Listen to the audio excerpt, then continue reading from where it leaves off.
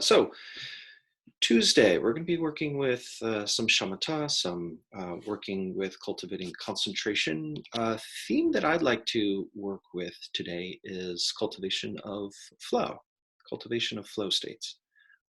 So part of working with flow is, um, well, we can look at the experience of the body, and we can be working within the realms of feel in or feel out. So either any sensation somatically, whether it's an emotion that arises in the body, whether it's just a sensation, pressure on pressure experience, if we can notice the underlying forces, some aspect that wants to expand, push outward, grow larger, some aspect of it that wants to contract, pull inwards, collapse amongst itself. Um, how is it that we can look at that theme, take on that theme of feel flow?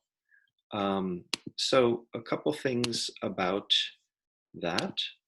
Um, so flow states in general. So moving beyond hindrances and blockages to pass, so we can just discuss flow states. So meaning it's essentially anything that arises is potentially subject to flow.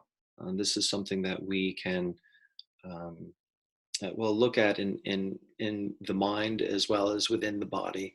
This is something that's at the core of all Buddhist philosophy.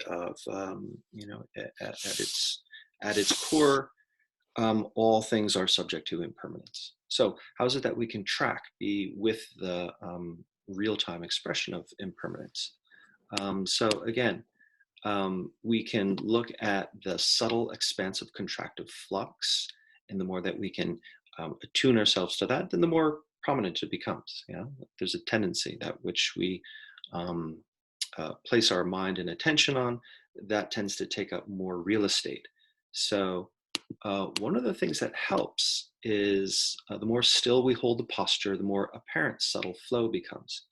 So whenever we sit, all the minor kind of adjustments or kind of ticks and movements that we might make here or there that we might think is not, doesn't make a significant impact, actually does. It kind of resets the body. It kind of, every time we kind of move, it kind of reifies where we are in space.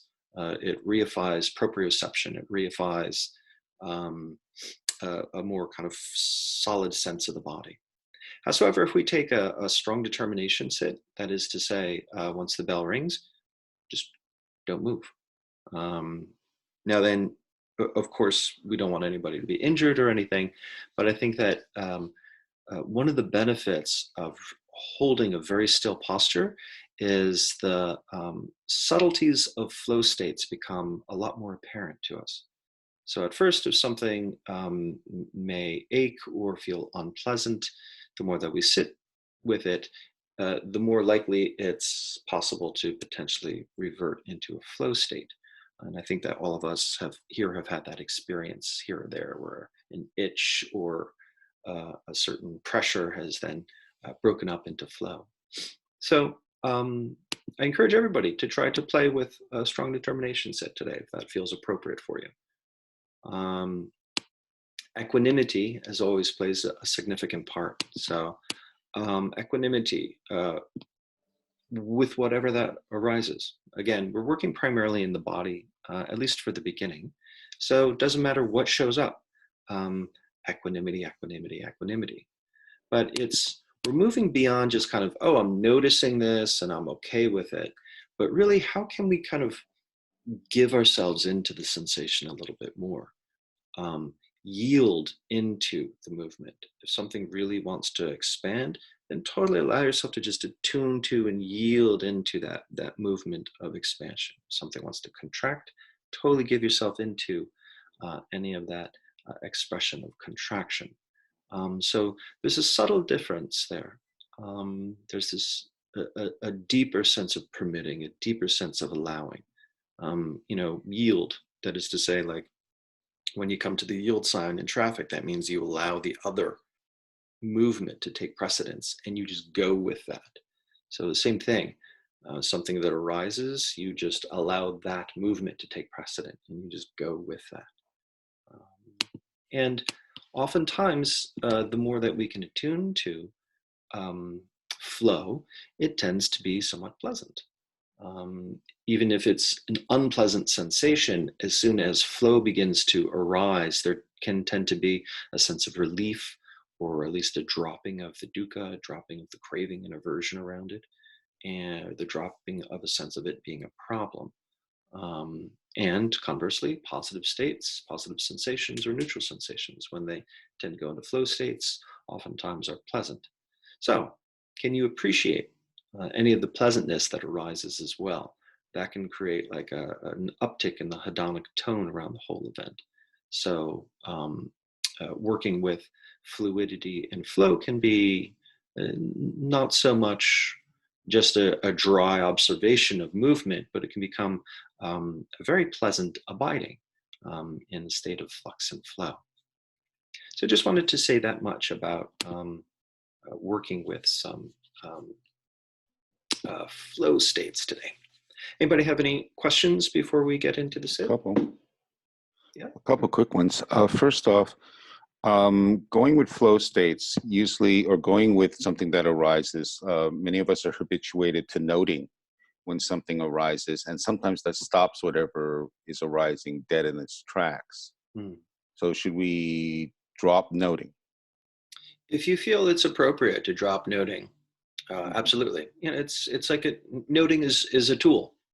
So if it's the right tool for the job, then use it. But if it feels like it's no longer the right tool, then put it away. So I mean, in this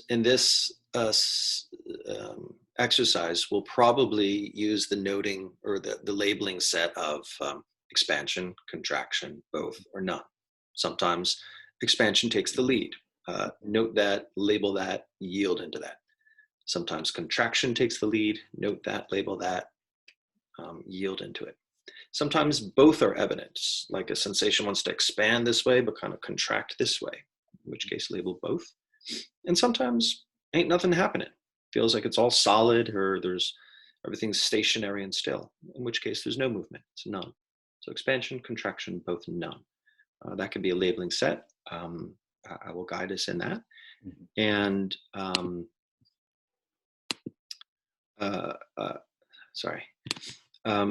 so I will guide us with that, and use the labeling set as long as it feels that it's helpful to you. If it feels like it's tripping you up, then you can just put it to the side and just be aware of the activity. And secondly, so that changes the second question. Thank you. Originally, I was thinking that if we just try to go with it, often what happens if we're dealing with chitta, or heart mind states, or thoughts or emotions, we get carried away by them, and then the narrative starts. But in this case, we're focusing on body sensation, you mentioned. Yes. Yeah. Okay. So try as much as possible to anchor yourself in the breath, let's say, or in the breath, or a full body awareness. Right. Can you allow your awareness to just kind of free float within this form of the body? Okay, thank you. And then eventually, it's entirely possible that your sense of the form of the body can also potentially be subject to expansion, contraction. The sense of proprioception, how the form exists in space, might begin to move as well. It could. It doesn't necessarily mean that it will. But be on the lookout. That's possible as well. Thank you. Yeah, sure thing. Anybody else have any other questions? I did. At the end, you were showing something about creating a positive feedback loop. Yes. And I think we all know how lovely and rewarding those can be. I was wondering if you had any tips on how to set that up. How to create the conditions for that to happen? Yeah, to urge that along, to create conducive. Yes, it's the catch-22, because as soon as we want it and there's that craving there, it shuts the whole thing down. So how is it that we can, if something pleasant arises and you're aware of the pleasant activity, and we're contacting it, can there be, equanimity, but also the quality of appreciative joy? Can you appreciate that? Can you allow yourself to say, oh, that's pleasant. I'm recognizing it's pleasant. I'm aware of the joy that I'm receiving from that, no matter how subtle, fleeting it may be.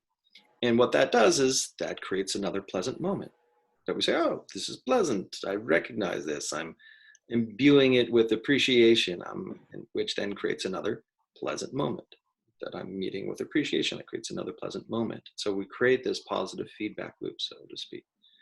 So, it can be almost like a very subtle, be open to any and all sensations. But if something pleasant does arise within that, can you take a moment to note that is pleasant? I can go with that.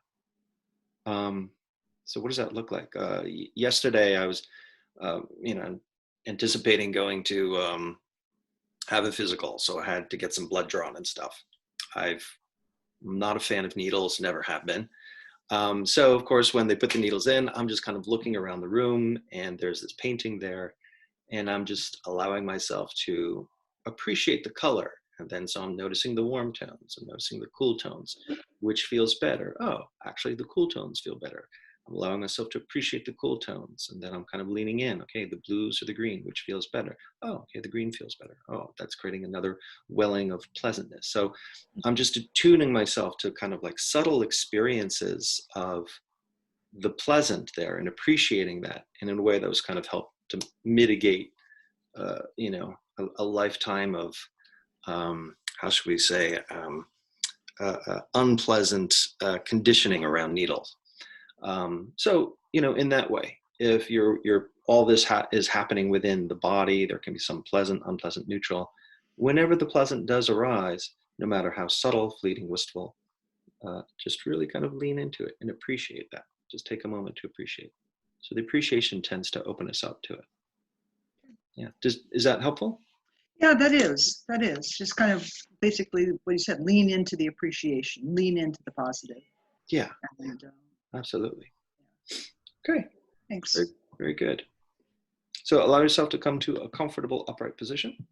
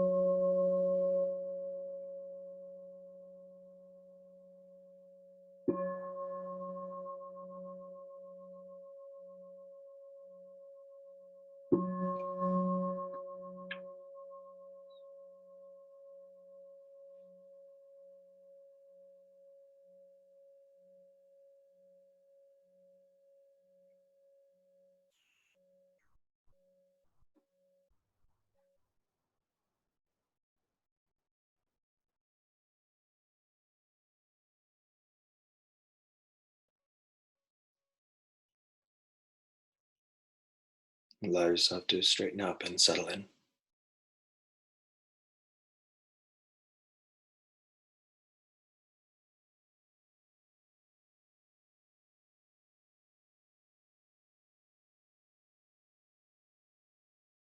Allow your posture to truly settle.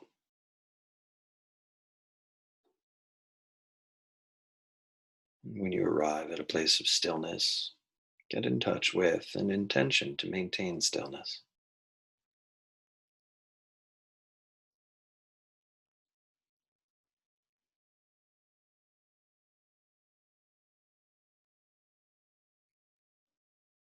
The interesting thing about moving into a strong determination, not moving, is we become a bit more acutely aware of the subtle sensations, and even the subtle driver sensations. Allow yourself to be open to that.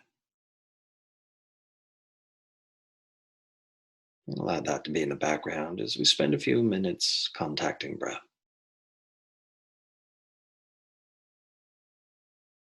So, in whatever way you enjoy or like to work with breath.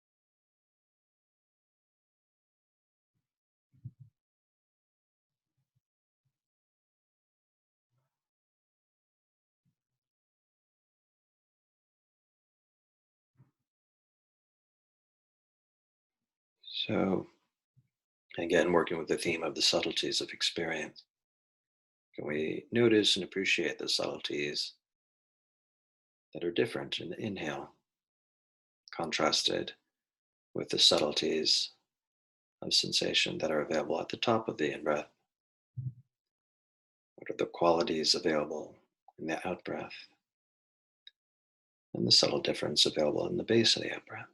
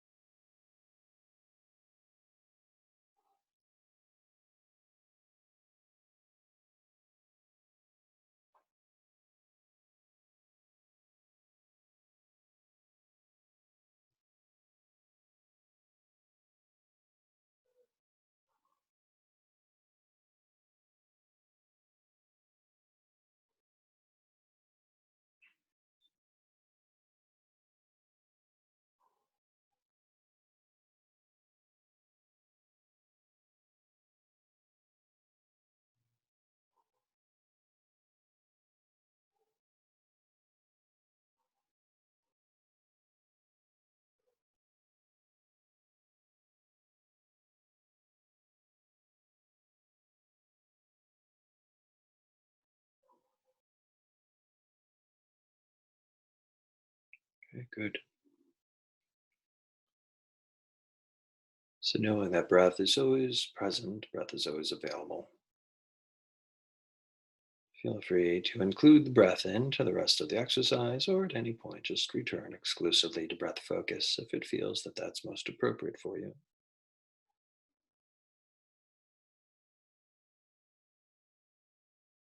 Otherwise, I invite you to transition to the next activity,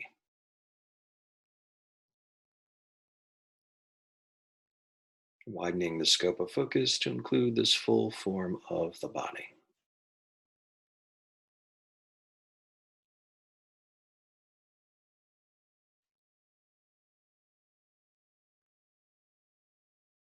And allowing your awareness to free float. You can have an even coverage of the body, free float,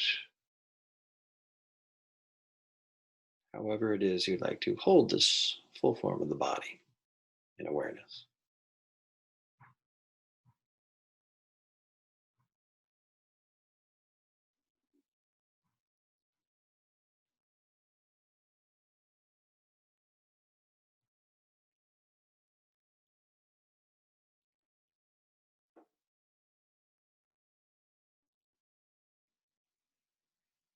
And as you're in the body, contacting or being aware of the various sensations that come into being and pass away from being, can we attune ourselves to expressions of flow?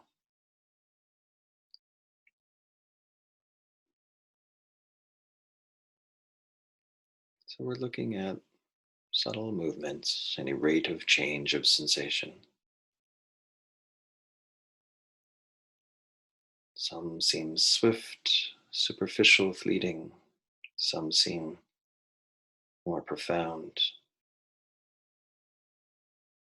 deeper, potentially more solid.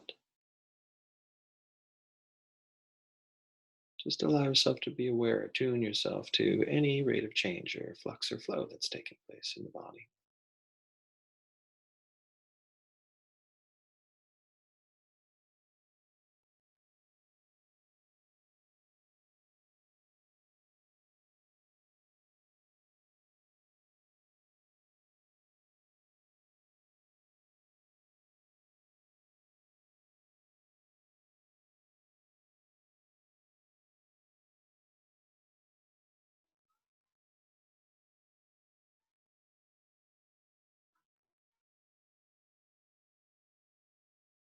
These sensations can be pressure and pressure sensations. They could be sensations that are emotional in nature.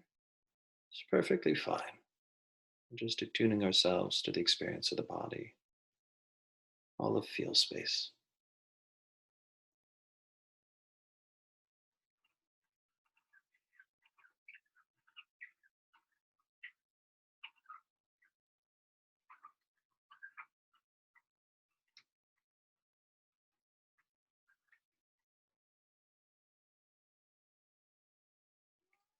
So we notice some sensations.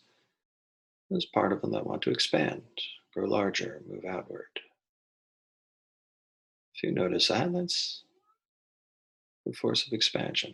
Just permit it, allow it.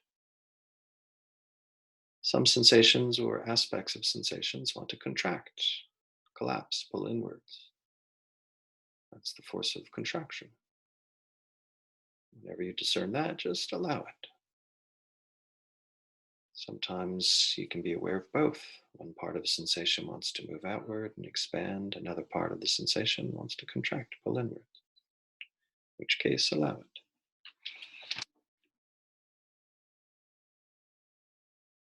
And sometimes seems like there's no movement. It's all stable. In which case, there's no expansion or contraction. It's none. So that's the labeling set. Expansion, contraction, both or none.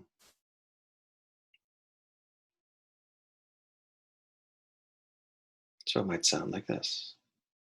Contraction. Both. Contraction. Both. Contraction. Expansion. Expansion. Contraction. And so on like that. Just notice it, contact it, label, explore, imbue with acceptance, equanimity, appreciation, and release.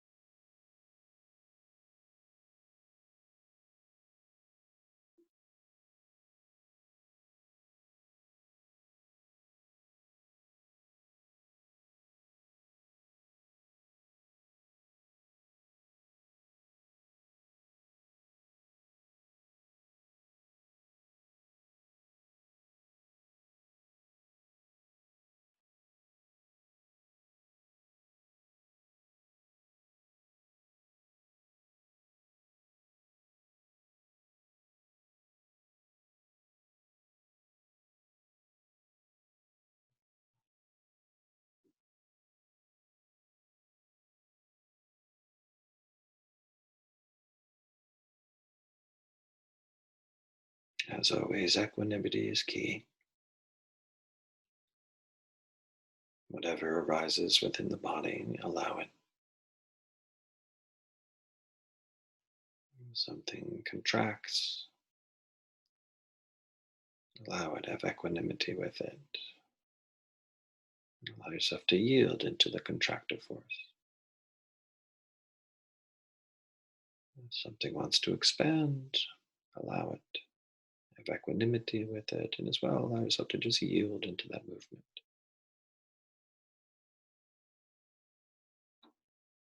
Use the labels as long as it's helpful. If the labels are getting in the way, you can let go of them and just silently be aware.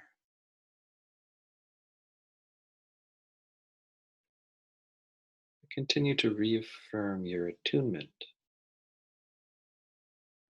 to the subtle work of noting the expansive contractive forces behind the flux and flow of sensation in the body.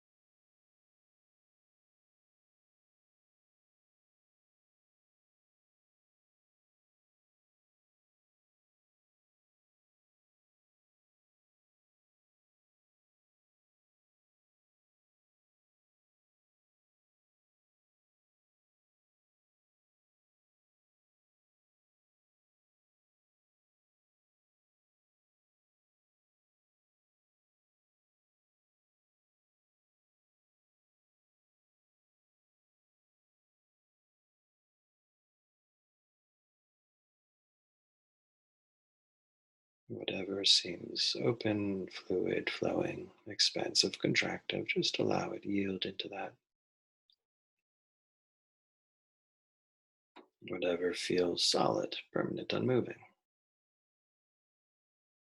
If you examine that a little more closely, it's potentially you can find more subtle expressions of expansive and contractive forces there as well.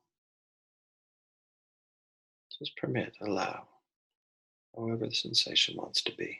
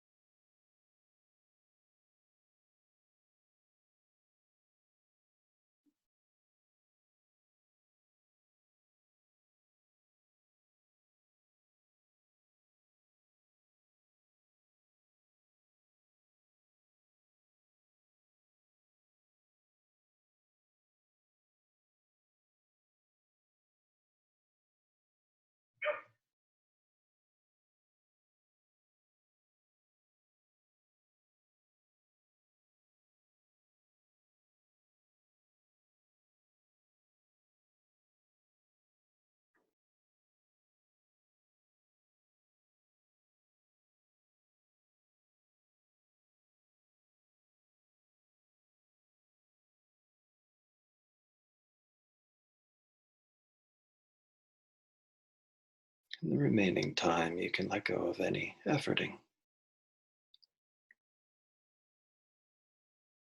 rather than seeking, striving, exerting effort. Just drop all effort. If these themes want to arise, allow them. Otherwise, you can just rest in awareness and observe how you've attuned yourself to look for these patterns. But we're moving away from efforting and more into allowing and grace.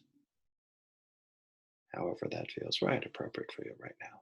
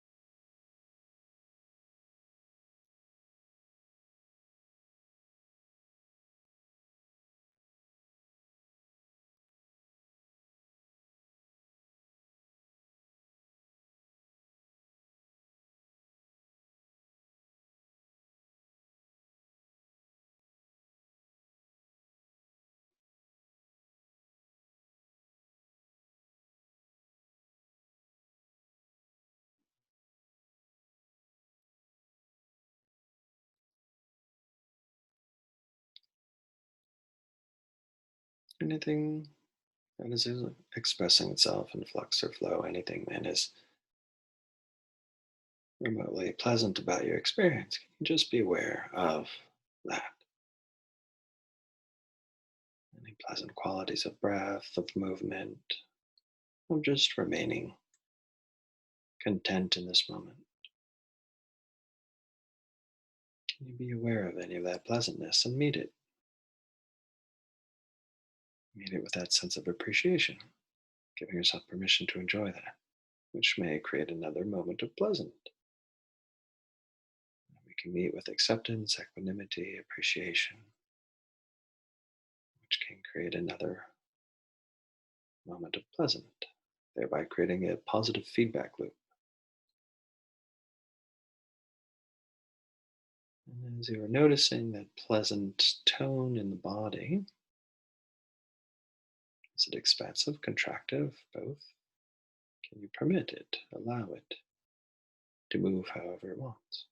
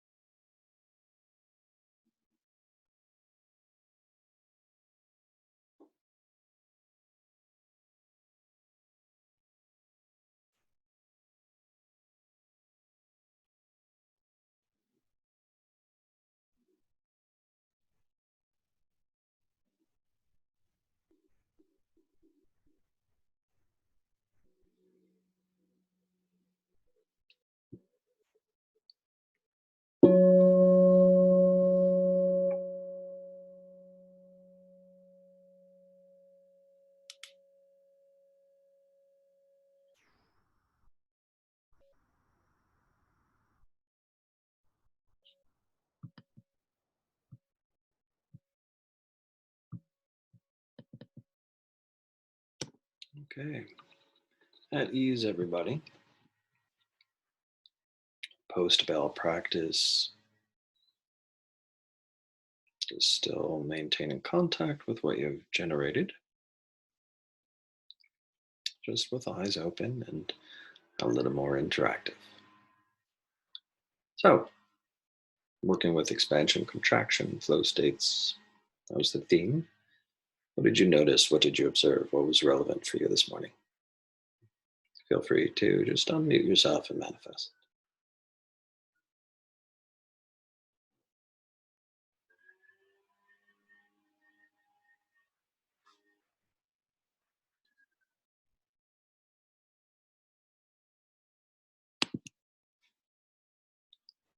So how did that go? Were you able to connect with qualities of expansion, qualities of contraction, any aspects of flux or flow? I attempted to place my attention on the expansion, contraction quality of the breath. And while much of the time, I mean, I was able to feel like an expansion in awareness to the body sometimes, which sometimes comes when you're working with the breath like that. And contraction, much of the time it seemed to feel still, like I was just, it was just very still. So I just kind of tried to go with that and not get all second arrowy about it. Like, what am I doing wrong? What am I doing wrong type of thing. Okay. So how was it abiding in stillness?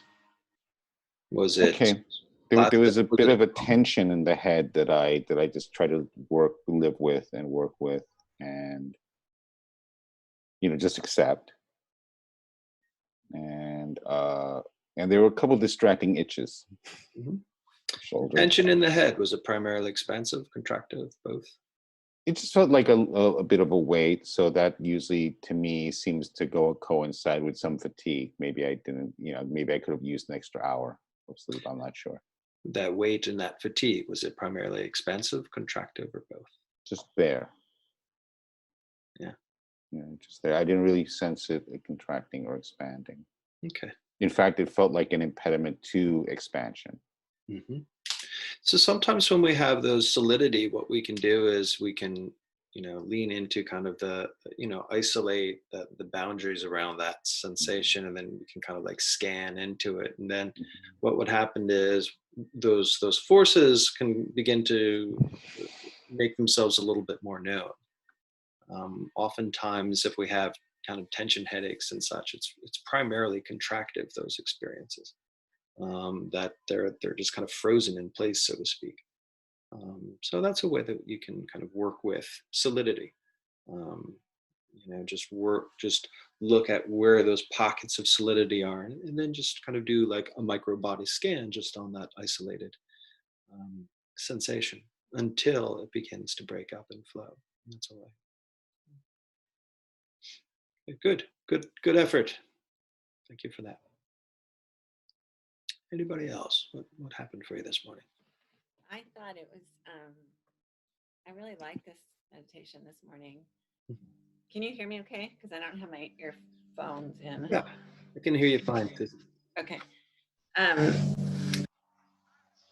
I am so fidgety when I'm meditating, and it takes me so long to kind of settle in. So it was really helpful to think for a few moments before I kind of settled in. What do I need to do to not move? And I got very distracted. I need another fan on. It's too hot. The neighbors were making a lot of noise.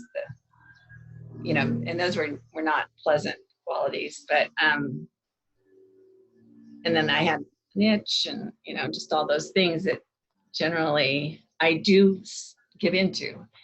So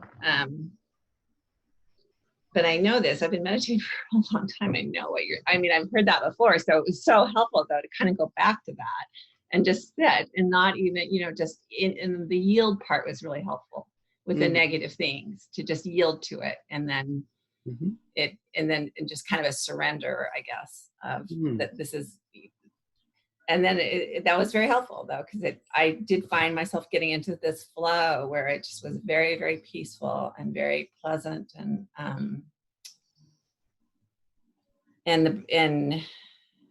more expansive, I think, not as much contraction. So the normal impediments and distractions, those things were still there, but somehow the way that you were meeting them or relating to them was a bit different today. That allowed you to not kind of fall into any aversive reaction to them. You were still able to get in contact with flow, even though all those other unpleasant things were still available in your environment. Yeah. So what was it that worked for you? The surrender, the yielding, what helped? What made it different? Yeah, I think the yielding. So I like your note label yield, because I noticed I was labeling and then noting and then yielding, but it didn't matter really. I think the yielding was really helpful. Yeah. Because it was just like a surrender. Okay, this is happening and it's okay, just sort of an acceptance. Yeah, good. Whenever I talk about equanimity, that's oftentimes a tough concept to get across, but there's something about that yielding that really is just like a deeper expression of just equanimity, of just as you pointed out, oh, it's happening, I'm accepting, I'm allowing it. But just that yielding has such a slightly different connotation that allows us to also co-participate in the activity as well. I'd like this to happen, but this is actually happening. So how can we kind of co-participate in actually what is happening? And then it allows us to really kind of sink into the present moment a little bit more. Yeah. Okay, good. I'm glad. Yeah, thanks. Glad it resonated today. Thanks. Anyone else? We have time for a last one.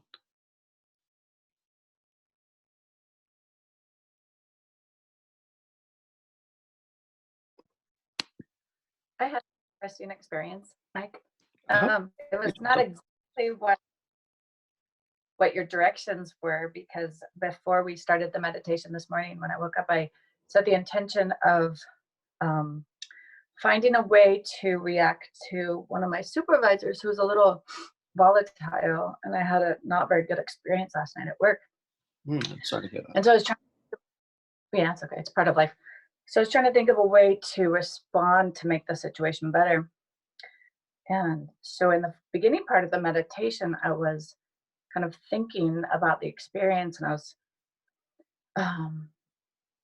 in the contraction expansion perspective, like my reaction in that moment reflecting on it, felt both very contractive and very sporadically expansive, because kind of like a fearful anger response, because I felt kind of attacked and defensive.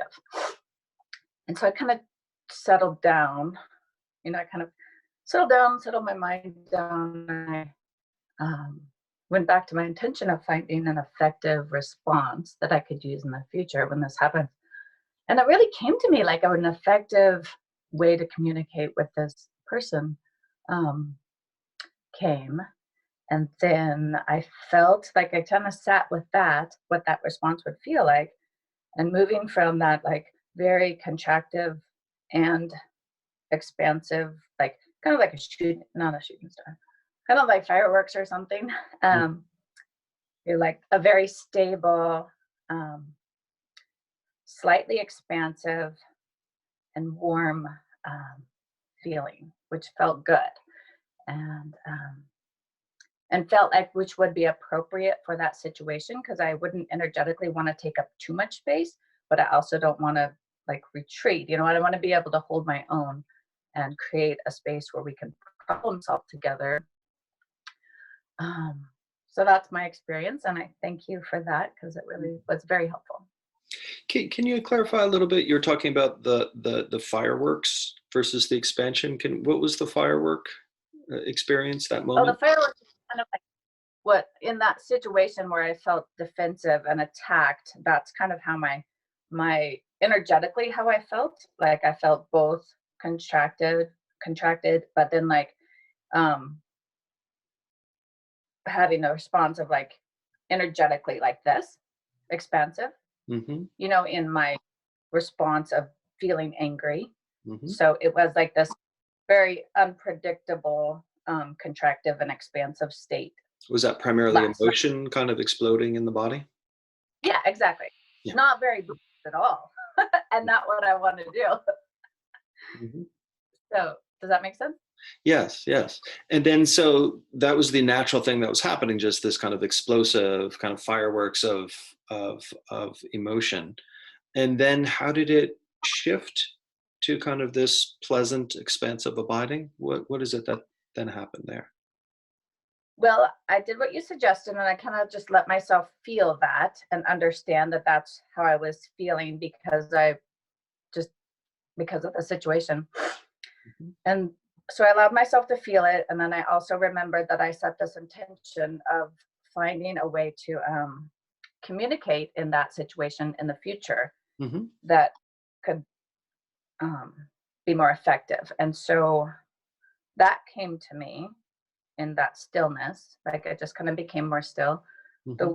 A response that I believe will be more effective came to me. Okay, good. And then the next feeling, which was more the stable, slightly expansive, came, and I just went into that. Good. So, we can look at how that's your wisdom function arising. And when we kind of allow ourselves to not get caught up in the superficial reactivity, and allow that to come to a place of placidity, then like a deeper wisdom can arise, a deeper resolution to our problems. It seems like much of the way that I believe the Stoics might have worked, so to speak. So it's like, oh, there's the problem, and then I have all this reactivity. How can I find the answer in the midst of all this activity? Well, can we just kind of be with the activity and allow that until there's some kind of place of resolution, or maybe the disidentification from the suffering in that?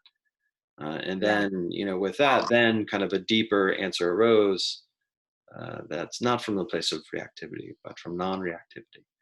And then that kind of created, that felt like it was coming from a better place that helped to bring that sense of soothing ease. And then you're able to experience that with expansive contracted qualities. So that's great. Creating the conditions for your wisdom function to arise. That's good work, Shanta. Thank you. Okay. All right, everybody. Thank you so much. We've come to the top of the hour. So homework for life practice, just allow yourself to be in your body. Expansion, contraction, both, and just allow, yield, whatever your subjective response is, and see how that might help subdue some reactivity, so to speak. Okay, everybody, have yourselves a wonderful day. Hope to see you all tomorrow. Bye-bye.